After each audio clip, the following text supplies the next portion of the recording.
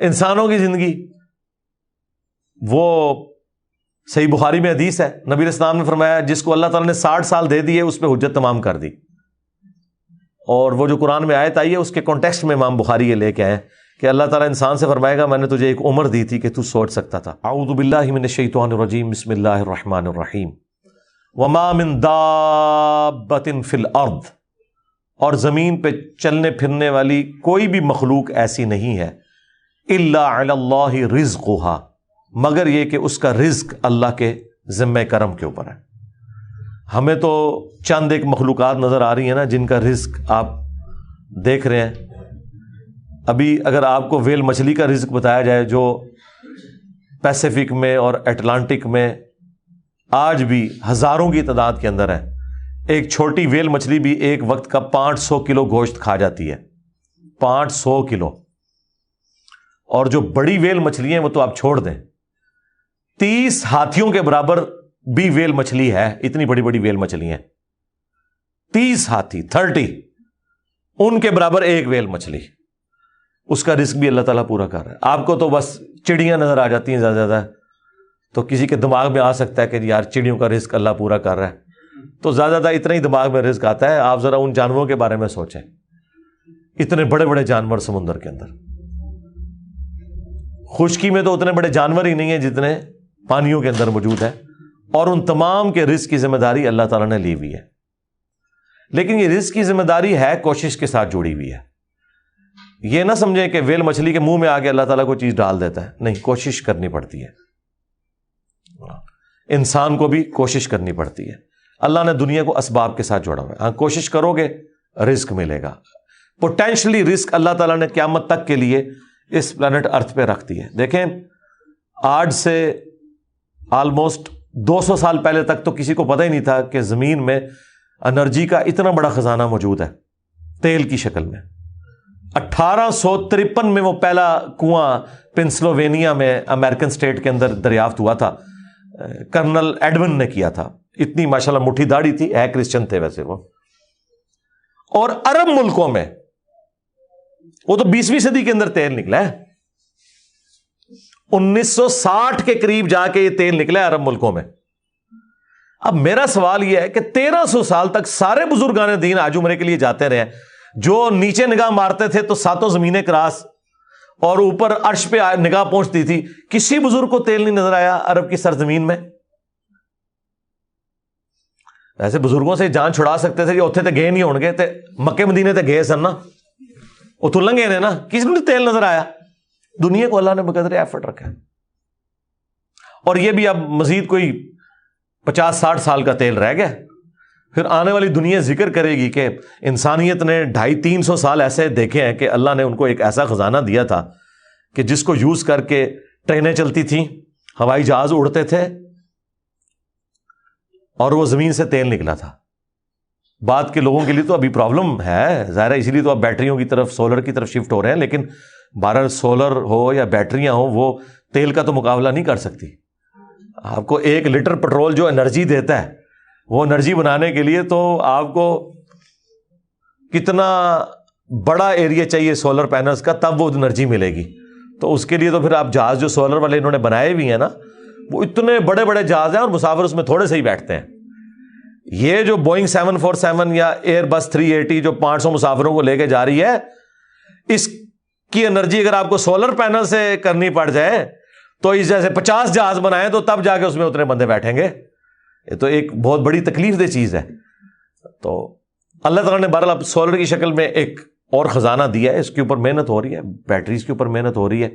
تو اللہ نے پوٹینشلی رزق انسانیت کا، اور رزق میں صرف کھانا پینا نہیں ہے، تمام ضرورت کی چیزیں.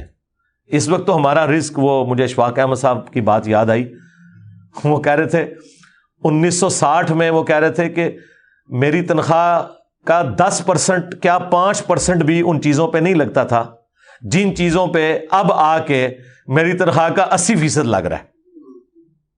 کیونکہ اس وقت انسان کی بنیادی ضرورتیں نہیں ہوتی تھیں.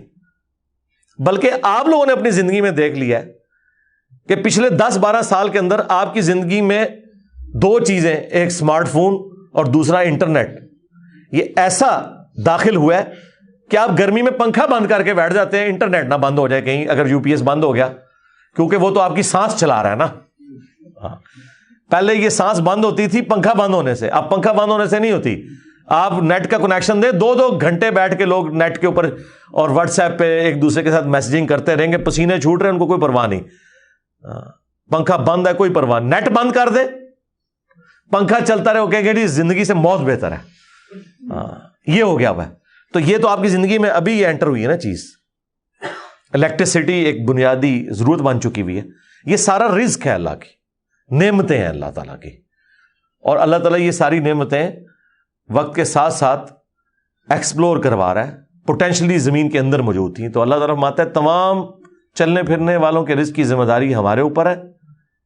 وَيَعْلَمُ مُسْتَقَرَّهَا وَمُسْتَوْدَعَهَا, اور اللہ تعالیٰ کو ہر جاندار کے ٹھہرنے کی جگہ بھی معلوم ہے, اور الٹیمیٹلی جہاں اس نے سپرد ہونا ہے وہ جگہ بھی معلوم ہے. اللہ اکبر. ٹھہرنے کی جگہ تو آپ کو سمجھ آ رہی ہوگی کہ اللہ تعالیٰ کو یہ پتا ہے کہ کس انسان نے کہاں پہ رکنا ہے, کس شیر نے کس غار میں رہنا ہے, کس مگر مچھ نے کس میٹھے پانی میں گزارا کرنا ہے, کون سی ویل مچھلی کس سمندر میں ہے, اور کہاں کہاں اس نے اپنا وقت گزارنا ہے. صرف یہ اللہ کے علم میں نہیں, وَمُسْتَوْدَعَهَا, اس نے مر کے جہاں پہ جانا ہے وہ جگہ بھی اللہ کو معلوم ہے. کس کی قبر جو ہے وہ مٹی کا ڈھیر بننی ہے, کس کی قبر سمندر میں بننی ہے, کس کی قبر شیر کے پیٹ میں بننی ہے, کس نے ایئر کریش میں ہواؤں میں بکھرنا ہے. ہر بندے کا جو الٹیمیٹ انجام ہے وہ بھی اللہ تعالیٰ کو ہر مخلوق کا پتہ ہے. سورۃ النام میں تو آیا ہے کہ کوئی پتا نہیں گرتا, نہ خشکیوں میں نہ سمندروں کے اندر, اور نہ کوئی دانہ پھوٹتا ہے کسی زمین کی گہرائی میں مگر وہ اللہ کے علم سے, اور اللہ نے پہلے ہی لوح محفوظ میں لکھ لیا ہوا ہے کہ یہ ایسے ہوگا. یہ اس سے بھی اگلا ورژن ہے کہ نہ صرف وہ کام ہونے کے بعد اللہ کو پتا چلتا ہے, ہونے سے پہلے بھی اللہ نے اپنے علم میں رکھا ہوا ہے, اور علم میں نہیں لکھ کے رکھا ہوا ہے کہ یہ ایسا ہوگا. اور یہاں پہ بھی وہ ذکر آ گیا کہ رزق بھی اللہ کے ذمہ ہے, اور وہ جانتا ہے ہر بندے کی, ہر مخلوق کے ٹھہرنے کی جگہ اور الٹیمیٹلی سپرد ہونے کی جگہ. کل فی کتاب مبین, اور ہر چیز ایک روشن کتاب میں لکھی ہوئی ہے. وہ اللہ تعالیٰ کی بہت بڑی ہارڈ ڈسک ہے جس میں ساری مخلوقات کی تقدیریں اللہ تعالیٰ نے لکھ دی ہیں, اور وہ کوئی اللہ تعالیٰ نے یعنی خود سے کوئی محنت نہیں. وہ جامع ترمذی میں حدیث ہے, اللہ نے قلم کو پیدا کیا اور پھر اس سے کہا کہ لکھ جو کچھ ہو چکا اور جو کچھ ہونے والا ہے. بس قلم چل پڑی اور سب کچھ اس نے لکھ دیا. ہر چیز اللہ کے اشاروں پہ ہو رہی ہے. وَهُوَ الَّذِي خَلَقَ السَّمَاوَاتِ وَالْأَرْضَ فِي سِتَّةِ أَيَّامٍ, وہی اللہ ہے جس نے آسمانوں کو اور زمین کو 6 دنوں میں پیدا کیا. اللہ تعالیٰ چاہے تو آنے واحد میں بھی پیدا کر سکتا ہے. اکثر اس آیت کے اوپر لوگ سوال بھی پوچھ رہے ہوتے ہیں, اور یہ آیت قرآن میں 5-6 جگہ پہ مختلف انداز میں آئی ہے. سورۃ الاعراف میں بھی میں تفصیلی گفتگو کر چکا کہ اللہ تعالیٰ نے زمین و آسمان کو 6 دن میں پیدا کیا. وہ کہتے ہیں 6 دن کیوں لگ گئے؟ پہلی تو یہ بات کلیئر کر لیں کہ یہ 6 دن سے مراد یہ 24 گھنٹے کے 6 دن نہیں ہے. یہ ایک دن اربوں سال کا بھی ہو سکتا ہے. اس کی تفصیلات ہمیں نہیں بتائی گئی ہیں, کیونکہ اس وقت تو یہ 24 گھنٹے کا سلسلہ نہیں تھا. لانگ پیریڈ آف ٹائم بھی ہو سکتے ہیں یہ 6. یہ اللہ کے علم میں ہے کہ وہ کتنے لمبے تھے. لیکن یہ اس بات کا ثبوت نہیں ہے کہ اللہ تعالیٰ آنے واحد میں ایسا نہیں کر سکتا. نہیں, یہ اللہ تعالیٰ کی قدرت کی ایگزیکیوشن ہے کہ فیصلہ تو سیکنڈز کے بھی کروڑویں حصے میں ہوا, کن فیکون. اس کی جو ایگزیکیوشن ہے نا فیصلے کی, وہ اللہ تعالیٰ نے ہر مخلوق کے لیے ڈیفرنٹ رکھتی ہے. انسان ماں کے پیٹ میں 9 مہینے گزارتا ہے, لیکن فیصلہ ہو چکا ہے کہ انسان نے پیدا ہونا ہے. اس کی ایگزیکیوشن 9 مہینے میں ہوئی. ہاتھی کا بچہ 22 مہینے رہتا ہے, پھر وہ کمپلیٹ ہوتا ہے. اور مرغی کا چوزا صرف 22 دن میں کمپلیٹ ہو کے انڈے سے باہر آ جاتا ہے. اور خرگوش 1 مہینے کے اندر بچہ مکمل ہو کے باہر آ جاتا ہے. اور بیکٹیریاز اور وائرسز یوں ڈیوائڈ ہوتے ہیں. سیکنڈز کے اندر کروڑوں کی تعداد میں وائرسز اور بیکٹیریا بن جاتے ہیں جب ان کی ڈویژن شروع ہوتی ہے. تو یہ بھی اللہ نے ورژن رکھا ہے, وہ ورژن بھی رکھا ہے.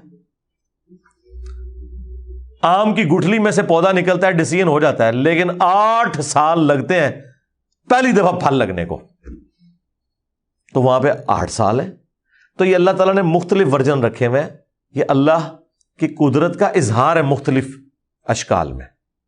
سب سے بڑا آپ اظہار یہ دیکھیں, کیا اللہ تعالیٰ اپنے آپ کو منوانے کے لیے کسی پیغمبر کا محتاج ہے, کسی کتاب کا محتاج ہے؟ نہیں. لیکن اللہ تعالیٰ نے پیغمبروں کے ذریعے اپنی شناخت کروائی. تو یہ اللہ تعالیٰ کا فیصلہ تھا کہ میں اس طریقے سے معاملات کو لے کے چلوں گا. اور یہ جو میں بات کر رہا ہوں یہ قرآن میں موجود ہے. سورہ الشعراء کے سٹارٹ میں اللہ تعالیٰ نے فرمایا کہ اے نبی, اگر ہم چاہیں نا تو آج یہ آسمان سے ایک ایسی نشانی نازل کریں کہ سب لوگ پلانٹ ارتھ پہ جتنے ہیں نا, سب کے سب اس کی طرف جھک جائیں اور ایمان لے آئیں. یہ تو قرآن میں درجنوں جگہ آیا ہے. ہم چاہتے تو سب کو ہدایت دے دیتے, یعنی اگر زبردستی کو معاملہ کرنا چاہتے, اللہ کے لیے تو کوئی مشکل نہیں تھا. تو یہ اللہ تعالیٰ کی سنت ہے. تو یہاں پہ بھی جو 6 دن میں زمین و آسمان کی پیدائش, پھر ان 6 دنوں کا بریک اپ جو ہے نا وہ سورہ حامیم السجدہ میں آیا ہے. 41 نمبر جو سورت ہے سورہ فصلت, کہ 2 دن میں یہ ہوا, پھر 2 دن میں یہ ہوا, اور پھر 2 دن میں یہ ہوا. وہ انشاءاللہ جب وہاں پہ آئے گا میں تفصیل کے ساتھ اس کا بریک اپ بھی آپ کو بتاؤں گا. تو یہ اللہ تبارک و تعالیٰ نے اپنی قدرت کا اظہار فرمایا. تو یہ 6 دن میں بنانے کا یہ قطعاً مقصد نہیں ہے کہ یہ 1 دن میں نہیں بن سکتے تھے یا 1 سیکنڈ میں نہیں بن سکتے تھے. نہیں, اللہ تعالیٰ نے سنت ایسی رکھی ہے کہ وہ اس طریقے سے ہی معاملات کو لے کے چلتا ہے. آپ دیکھیں جو تابکاری مٹیریلز ہیں ان کو ہزاروں لاکھوں سال لگ جاتے ہیں ڈیکمپوز ہونے میں. اس کے مقابلے پہ کیلا, سیب, آم آپ کسی مٹی والی جگہ پہ رکھیں, وہ چند ہفتوں میں ڈیکمپوز ہو کے زمین کا حصہ بن جائے گا. ڈیکمپوز ایک تابکاری مٹیریل بھی ہو رہا ہے اور یہ بھی ہو رہا ہے, لیکن دونوں کا ٹائم فریم ڈفرنٹ ہے. اللہ تعالیٰ نے ڈفرنٹ رکھا ہوا ہے. تو یہ اللہ تعالیٰ کی سنت ہے کہ اس نے مختلف معاملات رکھے ہیں. عمریں بھی دیکھ لیں ڈفرنٹ ہے. آپ یہ ٹوٹل دیکھیں جو مرغیاں اور مرغے آپ گھر میں رکھتے ہیں, میکسیمم 7 سے 10 سال ان کی عمر ہوتی ہے, لیکن ڈیٹیلڈ لائف ہے کہ ان کی پوری اس میں گزر رہی ہے, سیٹسفائی ہے اس کے اندر. مچھر چند دنوں کی ان کی زندگی ہوتی ہے. پتنگے گھنٹوں میں زندگی ہے, ان کے لیے وہی زندگی پوری ہے. ہم تو سوچتے ہیں یار یہ کیا ابھی پیدا ہوئے تھے, یہ مرے پڑے ہوئے ہیں, لیکن وہ اس لائف سائیکل میں بھی خوش ہیں. ان کی وہ پوری زندگی وہی ہے. انسانوں کی زندگی وہ صحیح بخاری میں حدیث ہے, نبی علیہ السلام نے فرمایا جس کو اللہ تعالیٰ نے 60 سال دے دیے اس پہ حجت تمام کر دی. اور وہ جو قرآن میں آیت آئی ہے اس کے کانٹیکسٹ میں امام بخاری یہ لے کے آئے کہ اللہ تعالیٰ انسان سے فرمائے گا میں نے تجھے ایک عمر دی تھی کہ تو سوچ سکتا تھا. تو نبی اسلام فرمایا 60 سال جسے مل گئے اس میں حجت تمام ہو گئی. اور جامع ترمذی میں حدیث ہے کہ میری امت کی عمریں 60 سے 70 کے درمیان ہے ایوریج, یعنی زیادہ میجورٹی اسی رینج میں ہے. تو اب جن کی 100 سال ہیں ان کو تو 50 سال تو کم ہی عمر لگ رہی ہوتی ہے, لیکن آپ جو 30-40 پہ 50 پہ پہنچے ہیں وہ ذرا سوچیں کہ کتنے لوگ ہیں جو ان کے ساتھ کے فوت ہو چکے ہیں اور کتنے لوگ ہیں جو ان کے بعد پیدا ہو کے بھی فوت ہو چکے ہیں. ہاں آپ ذرا قبرستان میں جائیں, آج 2023 چل رہا ہے نا, تو یہ 21ویں صدی شروع ہوئے آلموسٹ مشکل سے 23 سال ہوئے نا, تو آپ کو درجنوں کے سینکڑوں قبریں ایسی ملیں گی کہ جو لوگ 2001 کے بعد پیدا ہو کے فوت بھی ہو چکے ہیں قبروں کے اندر ہے. تو ہر بندے کی اللہ نے لائف سپین ڈفرنٹ رکھا ہوا ہے. تو مخلوقات کا بھی ڈفرنٹ, پھر ہر مخلوق میں آگے جو سب ڈویژن ہے وہ بھی ڈفرنٹ. تو اللہ تعالیٰ فرماتا ہے کہ اس نے آسمانوں اور زمین کو 6 دنوں میں پیدا کیا. وَكَانَ عَرْشُهُ عَلَى الْمَاءِ, اور اس وقت اس کا تخت پانیوں پر تھا. لِيَبْلُوَكُمْ أَيُّكُمْ أَحْسَنُ عَمَلًا, اور یہ زمین و آسمان کی پیدائش کا مقصد یہ تھا کہ اللہ تعالیٰ جانچے کہ تم میں کون اچھے اعمال کرتا ہے. لو جی, یہ قرآن اپنے مقدمے میں بالکل واضح ہے کہ یہ کائنات پیدا کرنے کا مقصد صرف یہ ہے کہ انسانوں کو جانچا جائے اور جنات کو جانچا جائے کہ ان میں سے کون اچھے اعمال کرتا ہے. وما خلقت الجن والانس الا لیعبدون. یہ اکثر آپ کو جذبات میں لوگ کہتے ہوئے نظر آتے ہیں کہ یہ کائنات رسول اللہ کے لیے پیدا کی گئی ہے. اس کائنات کو پیدا کرنے کا مقصد یہ تھا کہ اللہ تعالیٰ نے نبی الاسلام کو پیدا کرنا تھا. یہ اتنا بڑا ٹروتھ ہے کہ ایٹ لیسٹ اس کی جگہ قرآن میں بنتی ہے. مجھے بتائیں، یہ پوری کائنات پیدا کرنا، یعنی سب سے بڑا اگر کوئی یونیورسل ٹروتھ ہو سکتا ہے نا، وہ یہ ہے ہم کیوں پیدا ہوئے، یہ کائنات کیوں بنائی گئی. اس سے بڑا ایک ہی سوال ہے کہ کس نے بنائی. جب آپ اس ہستی تک پہنچ جاتے ہیں نا، تو اس کے بعد دوسرا سوال یہ ہے کہ اللہ نے یہ اتنا بڑا ڈسین کیوں کیا ہے، کیا چاہتا ہے اللہ تعالیٰ. تو آپ کو بتاتے ہیں کہ یہ اس لیے کہ یہ ایک عاشق اور معشوق والا معاملہ وہ کر کے اور اللہ اور اس کے رسول کے ساتھ اسے جوڑ کے وہ کہتے ہیں کہ جی وہ اللہ تعالیٰ نے فرمایا کہ اے نبی میں تجھے نہ پیدا کرتا تو یہ کائنات پیدا نہ کرتا. وہ روایت موجود ہے، ایک جعلی روایت گھڑی ہوئی المستدرک للحاکم کے اندر ہے. لیکن میں اکثر کہتا ہوں یہ اتنی بڑی بات ہے کہ اس سے بڑا کوئی یونیورسل ٹروتھ نہیں ہو سکتا. تو قرآن تو اس سے خالی ہے. اور وہ اس کو اس کے ساتھ جوڑتے ہیں کہ سورۃ الاعراف میں جو آیا ہے دعا باقاعدہ اللہ نے بتا دی، لیکن ان کی تسلی نہیں ہوئی ہے. ربنا ظلمنا انفسنا وان لم تغفر لنا وترحمنا لنکونن من الخاسرین. وہ دعا جو حضرت آدم علیہ السلام نے کی اور اللہ تعالیٰ نے ان کی توبہ قبول کی، اس کانٹیکسٹ میں کہتے ہیں وہ نبی الاسلام کے وسیلے سے توبہ قبول ہوئی. وہ والی پوری روایت وہ کہتے ہیں حاکم میں موجود ہے. بھئی قرآن میں قصہ آدم اور ابلیس 7 دفعہ آیا ہے، کسی جگہ نہیں آیا کہ کسی وسیلے واسطے سے قبول ہوئی ہے. الٹا دعا بھی آ گئی قرآن میں کہ یہ دعا انہوں نے مانگی.